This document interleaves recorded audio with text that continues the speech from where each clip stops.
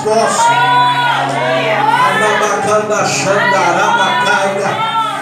Porque esse é o Deus que a nossa diaconisa Patrícia pregou nessa noite. É o Deus que transforma, é o Deus que muda as situações. É o Deus que muitas vezes, quando saímos de casa, deixamos tudo revirado e encontramos, quando voltamos, tudo em ordem, porque Deus, Ele já entrou com providência.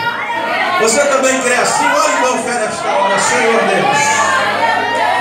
Pai bendito e santo, em nome de Jesus Cristo.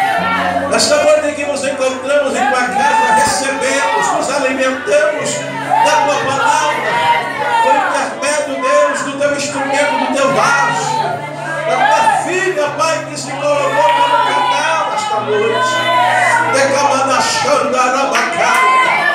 Mas tu sabes, ó Deus, como ela entrou aqui neste lugar. Deus, que neste momento o teu Espírito Santo esteja indo de encontro a toda esta situação que ela deixou em tua casa.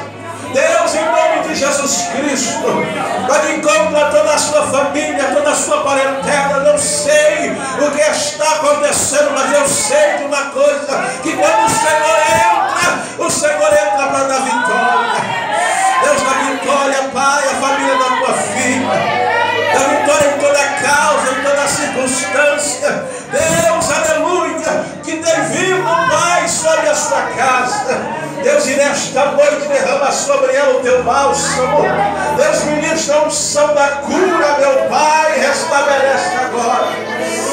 Deus, todas as funções vitais da tua filha serão regularizadas agora, Pai. Em nome de Jesus, toca na pressão, na circulação.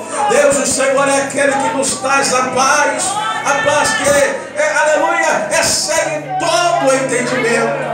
Derrama sobre ela agora, Pai, a unção do teu Espírito Santo. E ajuda, Senhor, a tua filha neste momento. Deus, em nome de Jesus, nós entregamos em tuas mãos, não só ela, mas toda a sua casa, toda a sua família. Seja abençoada por ti, assim como tu falaste conosco, que foi a casa de Raabe. Toda a sua casa seja abençoada nesta hora. Nós ministramos e profetizamos em nome do Senhor Jesus. Abençoa a tua filha da vitória, em nome de Jesus. Mais uma vez, as palmas louvam e exaltam o nome do Senhor. Que Deus abençoe.